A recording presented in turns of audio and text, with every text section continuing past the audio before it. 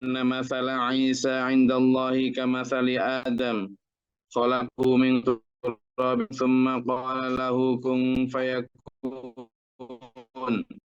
Jadi bahasan yang apa ya, yang sudah jelas landasan para penyembah Isa itu sudah dijawab. Oh, nah itu pakai rukun enak. Jadi apa ya, justifikasi atau pembenar. Jadi alasan orang-orang terdahulu. Oh, Allah itu kayak gini. Kayak sedang tahu gini. Oh, jadi kamu mau pakai alasan Isa lahir tanpa bapak itu toh yang kamu pakai alasan sehingga dia seperti aku gitu loh.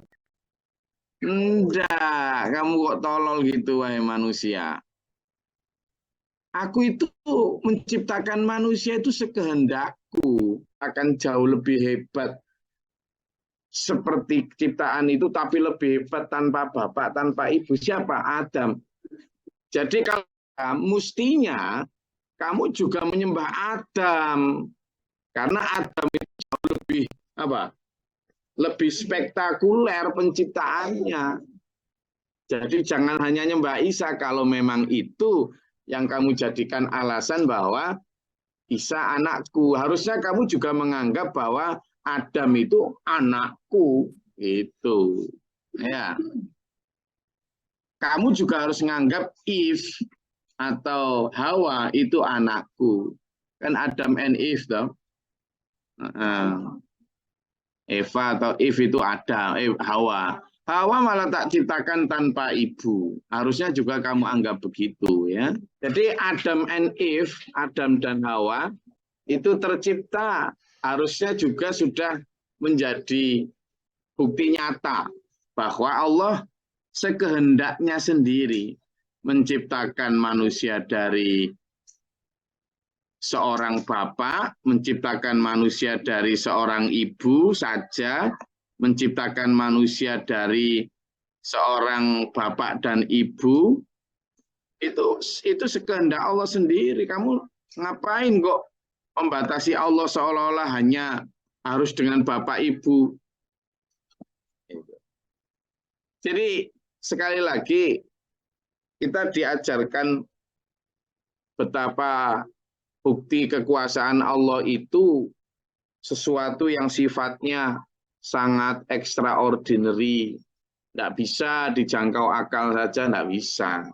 Kamu harus menjangkaunya itu dengan keimanan. Oke, kalau kamu pakai logika, tapi logika itu yang dipakai untuk membenarkan keimanan, bukan sebaliknya. Keimanan harus mengikuti model skema logikamu aja terbatas sekali kok. Sekarang loh manusia, kamu itu mau mengatur Allah dengan logikamu misalnya. Lalu kamu memahami bagaimana bisa seluruh daun itu berwarna hijau itu, tapi hijaunya beda semua aja kamu nggak ngerti kok. Boro-boro menciptakan.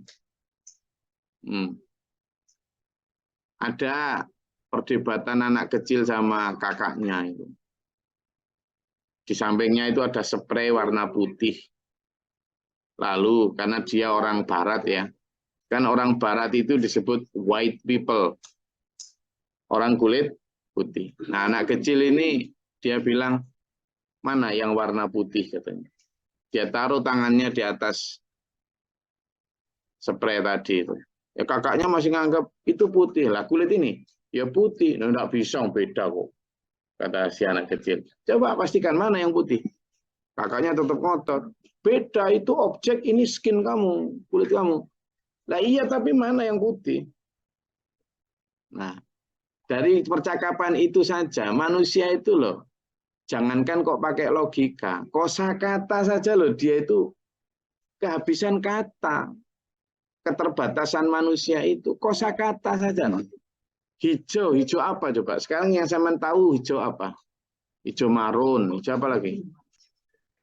Marun itu apa? Oh merah. Hijau apa yang biasanya sama-sama ini? Hijau daun. Hijau daun itu nama grup itu. Terus apa lagi? Hijau lumut. Hijau lumut. Hijau apa lagi? Nah, usia kehabisan toh? Ada hijau botol. Botol apa dulu? Kan gitu.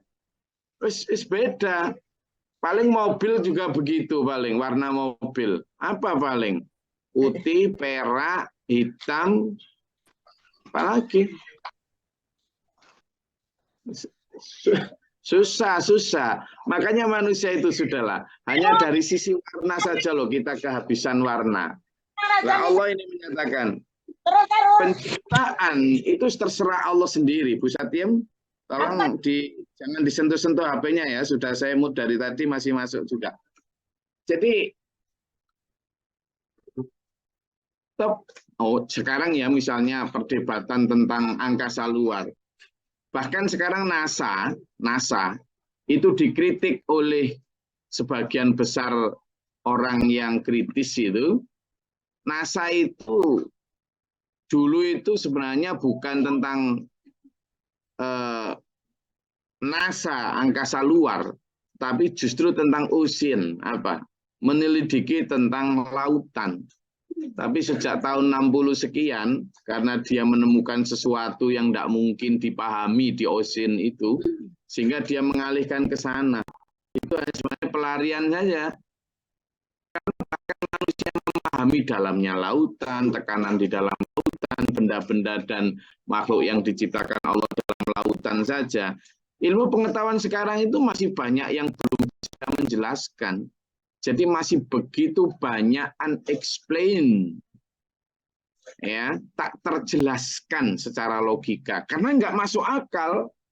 Misalnya kita itu manusia ini tanya para penyelam itu, kita ini hanya bisa menyelam maksimal kekuatan manusia itu dada kita ini puluhan sampai bahkan mungkin ratusan, ada beberapa yang bisa, tapi itu pun hanya beberapa detik.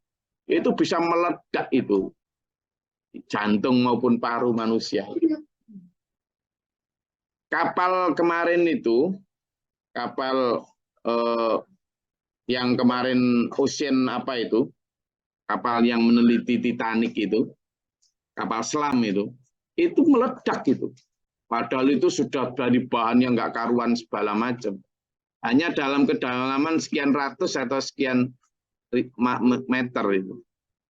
Loh, lah ada makhluk Allah yang bisa dalam kedalaman 10 km di bawah.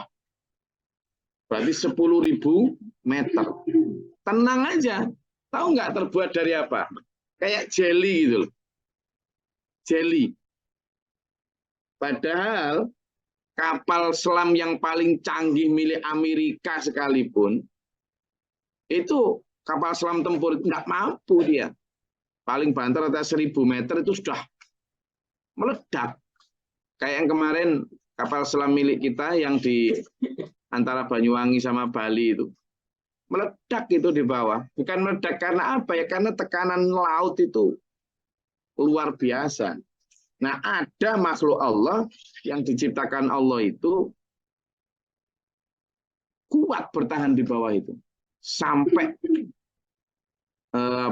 titik di mana manusia tidak mungkin memahami. Nah, apalagi penciptaan manusia, rumitnya ya Allah. Kalau kita lihat rumitnya penciptaan manusia ya, anatomi tubuh manusia ya, itu tidak kita bisa memahami itu. Manusia tiap hari itu selalu gini, ternyata penelitian membuktikan baru gitu kan. Oh ternyata mata itu begini, ternyata otak itu begini, baru ternyata terus berarti kan pengetahuan-pengetahuan kemarin direvisi oleh pengetahuan baru. Dan itu akan sampai hari kiamat. Kenapa? Yaitu tadi, penciptaan manusia itu penciptaan yang sangat sempurna. Sehingga tidak bisa hanya dipahami oleh akal pikiran saja. Itu harus oleh keimanan. Khalaqahu min turabin, kata Allah, Dia menciptakannya dari tanah. Tsumma qala lahu kun fayakun. Cukup dengan tanah Allah menciptakan Adam itu, lalu mengatakan kun, kata jadilah, fayakun, maka Adam jadi. Nggak pakai sperma, nggak pakai rahim ibu, nggak pakai perjodohan, nggak pakai apa-apa. Setelah itu ketika Nabi Adam sudah jadi, Allah pun menciptakan seorang Hawa hanya dari tulang rusuk Adam. Setelah itu kemudian menciptakan manusia dari Hawa dan Adam. Setelah itu untuk menyempurnakan bukti kekuasaan Allah, Allah menciptakan seorang manusia yang tanpa bapak dari ibu saja, yakni Isa ibnu Maryam. Nah, ya gitu. Jadi kalau kita melihatnya, tetapi ya itu tadi, yang bisa melihat itu sebagai kekuasaan ya hanya orang beriman. Al-haqqu mir rabbika fala takum minal mumtarin. Kebenaran tentang penciptaan Isa itu dari Tuhanmu, dan janganlah kamu menjadi orang-orang yang ragu. Setiap hari kalau kita ngelihat itu subhanallah tak tuh. Maha suci Allah. Wes nggak usah jauh-jauh melihat kekuasaan Allah, melihat kita aja lah. Sekarang gini, zaman kalau punya mobil ya, mobil itu lihat mesin di dalamnya itu aja rumitnya setengah mati itu. Di dalamnya mobil rumitnya segitu. Nah, di dalam mobil rumitnya segitu, zaman harus ganti uli. Uli aja macam-macam. Ganti uli mobil itu, ganti uli apa aja mobil itu? Uli mesin, uli persneling, uli persneling, uli sil, uli apa lagi? Nah, itu belum ganti bensin tiap hari, segala macam. Loh, ibaratnya manusia ini aja gitu. Zaman padahal harus ganti onderdil juga itu. Boljoin apa, wis persneleng, lampu segala macam. Nah, ibaratnya manusia ini loh, lampu sambian ini, mata ini loh, lampu depannya. Ya kan, yang dikasih mata mulai lahir sampai nanti umur 60 tahun, 70 tahun, enggak pernah ganti. Ya kan? Nah, kalau sekali ganti coba, nanti bilang misalnya sampean ada orang yang ganti ginjal itu. Ada ribetnya kayak gitu. Dan tidak akan pernah sama lagi. Kalau ganti aki itu misalnya, gampang itu. Ganti baru, ya baru beneran. Yang ori itu. Tapi kalau manusia tidak ada sudah.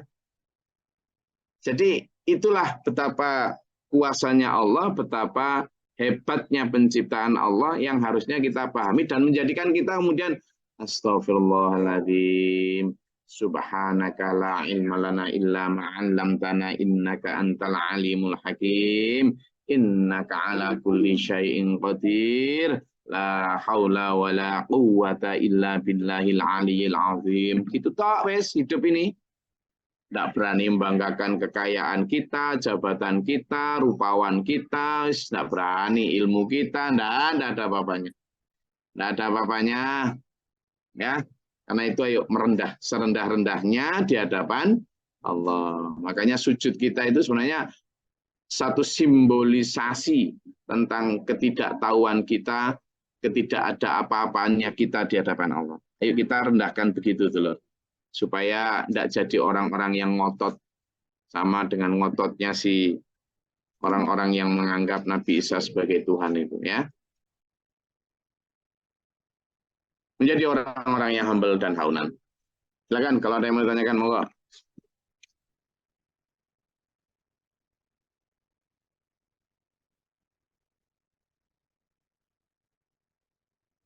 Silakan.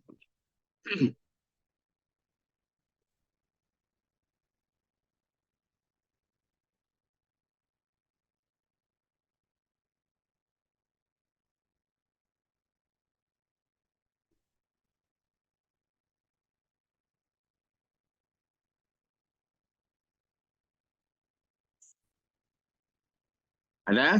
Silakan.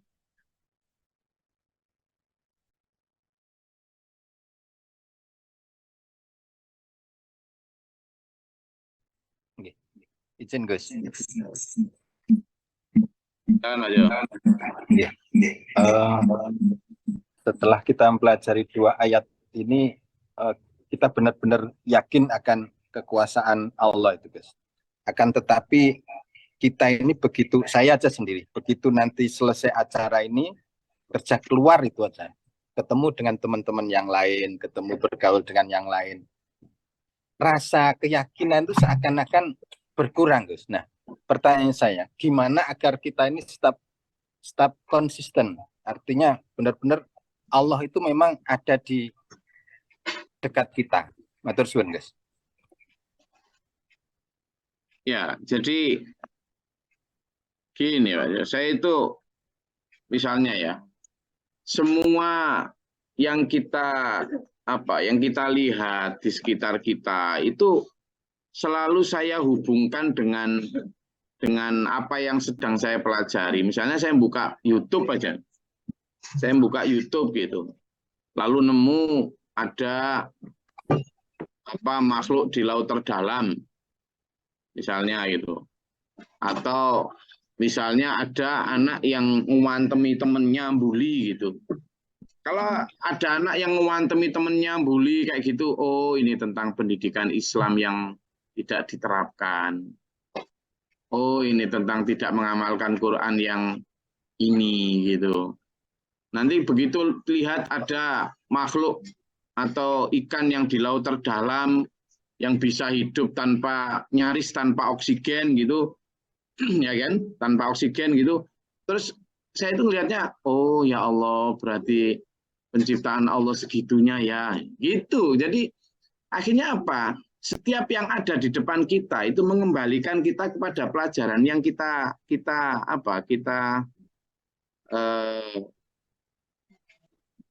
pelajari. Jadi semuanya menguatkan itu.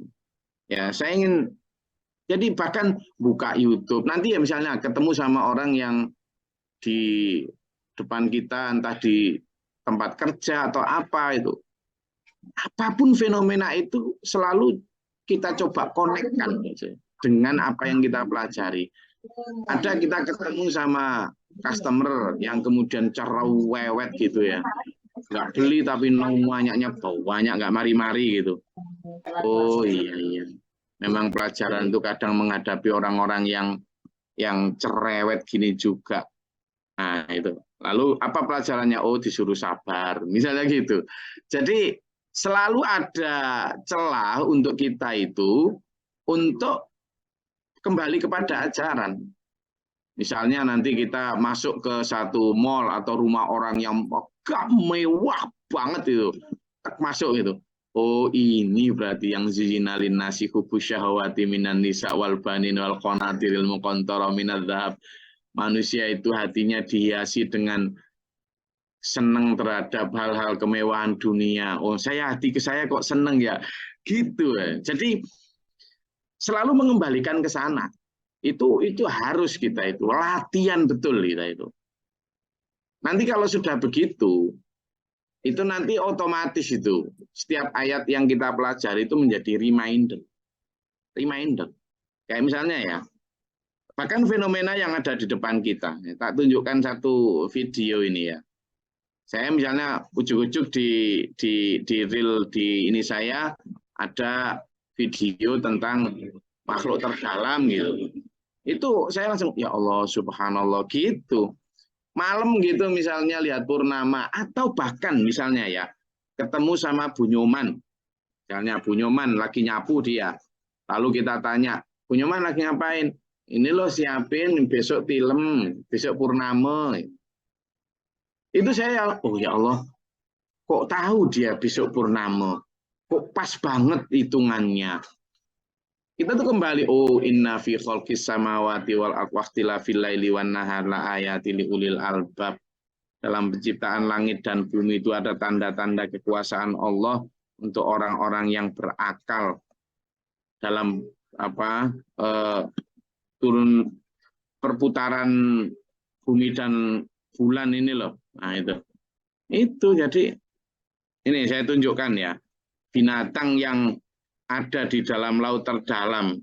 Saya melihat kayak gini tuh terus, ya Allah, gitu loh. Jadi, kayak ini loh aja. Binatang di laut terdalam itu ternyata ya cuma kayak gini lembutnya loh. Ya, bukan ini. Ini campur sama. Nah, ini loh. Ini loh. Nah, ini loh. Ya kayak jelly. Padahal ini berada di dalam kedalaman 10.000 kilometer, 10.000 meter, berarti 10 kilometer di bawah laut. Yang kalau kita bandingkan dengan kapal selam yang terbuat dari baja terkuat, seolah-olah ini tidak mungkin hidup. Tapi Allah membuatnya hidup loh, kayak jelly. Nah, saya ngelihat kayak gini, itu kembali kepada pelajaran tadi itu. Gitu. Nah, nanti misalnya lihat apalagi gitu. Jadi akhirnya kita jadikan semua fenomena alam di depan kita itu tadi inna sungnya fi khalqis samawati wal ard, dalam penciptaan langit dan bumi, ya kan? Fi khalqis samawati wal fakhtilafil laili wan nahar, bergantinya siang dan malam, ayatil ulil albab, selalu itu bisa menjadi tanda-tanda bagi orang yang albab, ulil albab. Apa siapa ulil albab? Menggunakan akalnya. Berantem sama istri, itu juga termasuk penciptaan langit dan bumi, penciptaan manusia itu.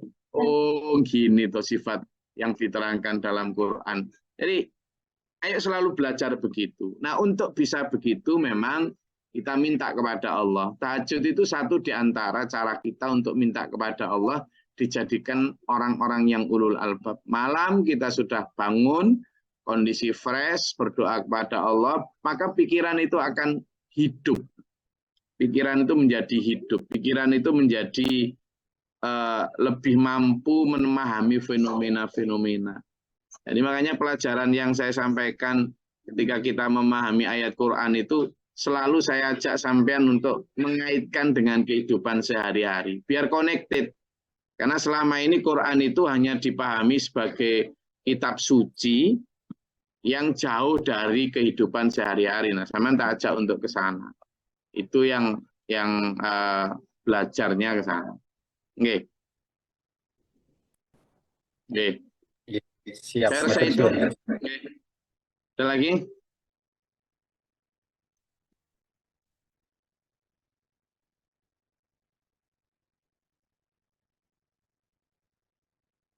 Nah? Kalau enggak ada, saya rasa cukup kajian kita pada... Ada siapa tadi? Monggo. Yang nyalain mikrofon tadi? Masih ada waktu 2 menit. Iya Pak Muhyiddin, Pak Abdullah. Iya, ada tanya, Gus. Iya, boleh. Waktu Nabi Isa sudah lahir terus sampai di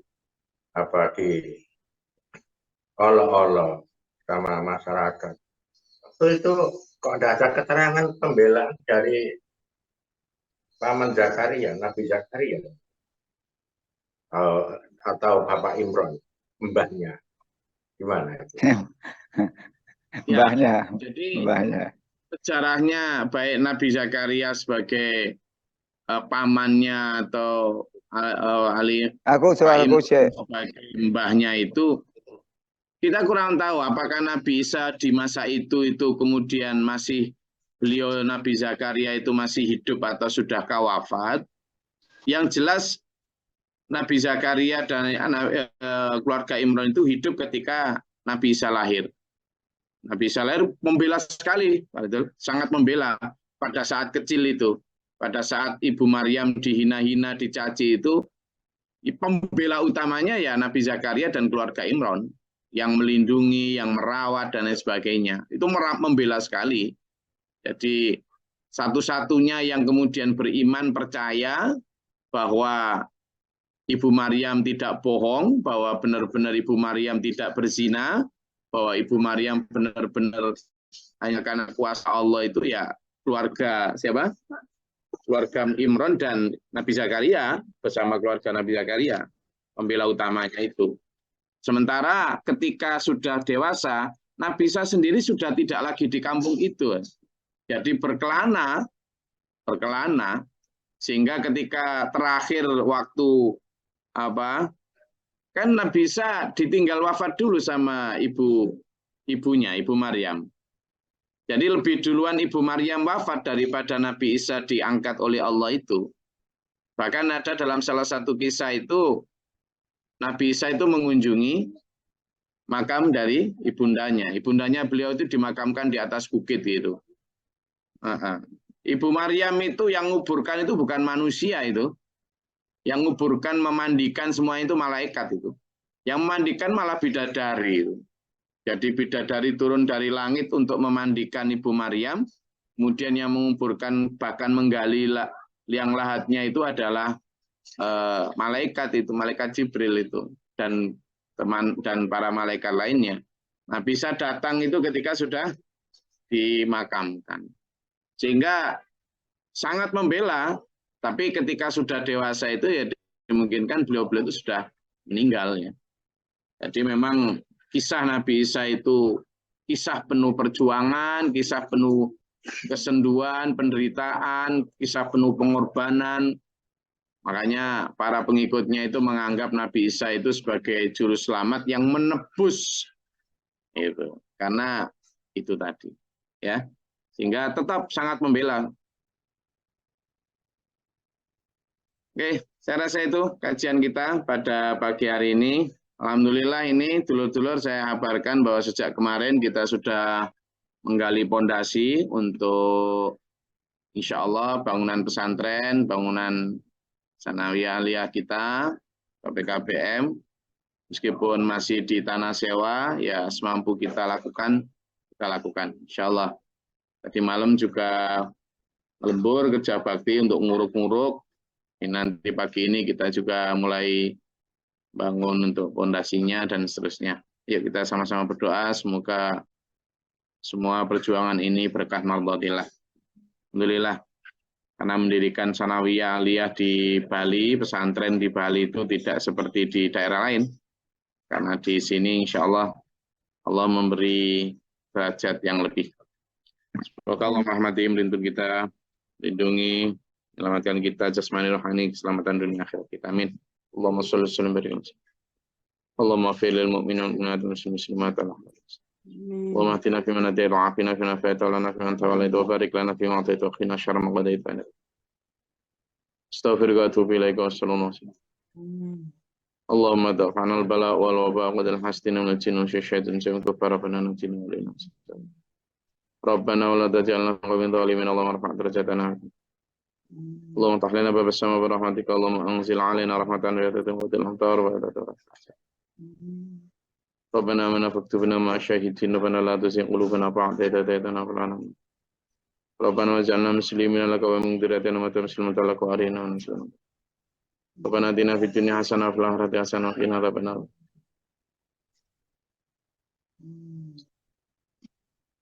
سبحان ربك رب العزة عما يصفون وسلام Alhamdulillahirabbil alamin. Wassalamualaikum warahmatullahi wabarakatuh. Waalaikumsalam warahmatullahi wabarakatuh. Terima kasih, Gus.